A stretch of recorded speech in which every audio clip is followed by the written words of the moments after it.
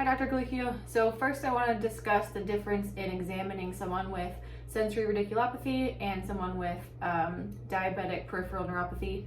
So with sensory radiculopathy, it's important to understand that that happens due to compression of the nerve root at the spinal cord level, and therefore would affect the pathway of that nerve root down the dermatome.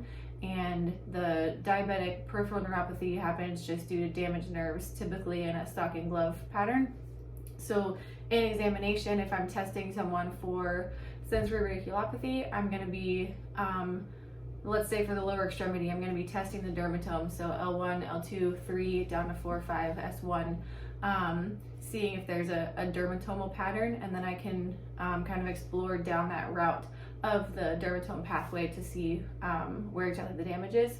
And if I'm examining for diabetic peripheral neuropathy, I'm going to be starting distally, typically in the feet, so I'll be starting with my monofilament at the toes and coming up to see how far up those nerves have been damaged, and then same with the hand, starting distally at the fingers and coming up, since that's the nature of nerve damage with diabetic neuropathy.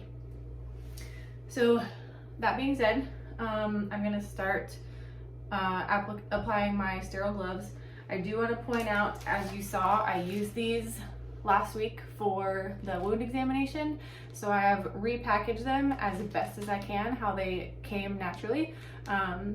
So obviously I would never do this in a clinic or in any real life applicable setting, but just so I can show you the correct application of the sterile gloves, I think I can still adequately do that with these. So we'll say this is closed.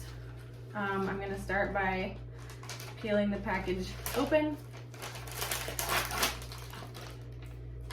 taking out the package inside. I'm going to carefully open up the corners, and just touching like the outer inch, I'm going to unfold these outer edges, being very careful not to touch any part of the gloves yet.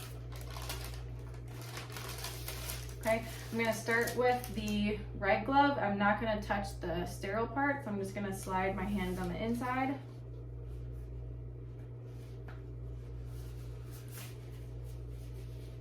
And then using the sterile part of this hand with my thumb out of the way, I'm going to slide on the inside of the cuff where the glove is still sterile. And then slide my left hand in, making sure my thumb's not touching since that's not sterile anymore. So this hand is good. These gloves are a little big though.